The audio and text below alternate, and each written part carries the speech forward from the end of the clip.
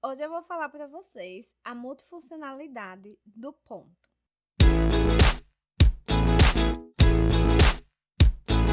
Ponto em português significa várias coisas, mas em inglês nós temos uma palavra diferente para cada usabilidade.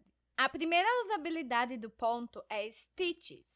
Stitches é ponto de sutura. Então, se você se cortar e você precisa levar ponto, você vai levar stitches. A segunda usabilidade do ponto é dot. Dot é quando você está falando um e-mail ou um site. Então, você vai falar www.instagram.com. Né? Então, se você está falando alguma coisa relacionada à internet, se for um endereço de e-mail ou website, o ponto vai ser dot. A terceira usabilidade do ponto é period. Period é o ponto final de frase. Então, por exemplo, em um ditado, né, de algum texto que você está citando para alguém, você vai ler a frase e falar period, que significa ponto final. Outra funcionalidade do ponto é o score.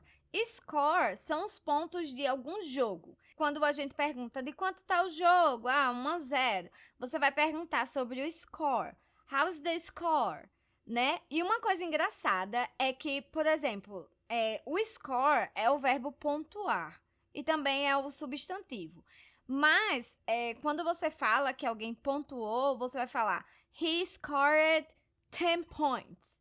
Então, assim, ele fez os pontos, mas quando você fala nos pontos, a quantidade de pontos, você vai usar points. Então, quando você pergunta sobre os pontos do jogo em geral, o placar, você está perguntando o score. Mas quando você fala quantidade de pontos, você vai utilizar points. Outra utilidade do ponto é spot. Spot é nada mais, nada menos que um pontinho. Então, a little spot on the wall, um pontinho na parede. E spot também é o seu lugar.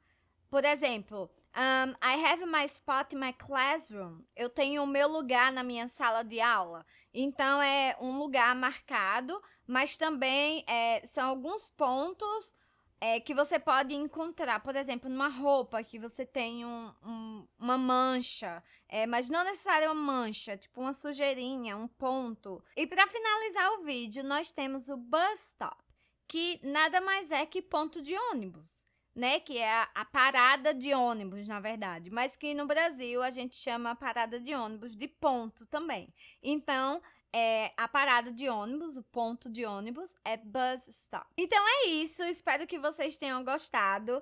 É só uma curiosidade, né, pra gente ver que uma palavra em português pode ser 30 palavras em inglês e que cada uma significa uma coisa totalmente diferente. Bye, guys! See you later!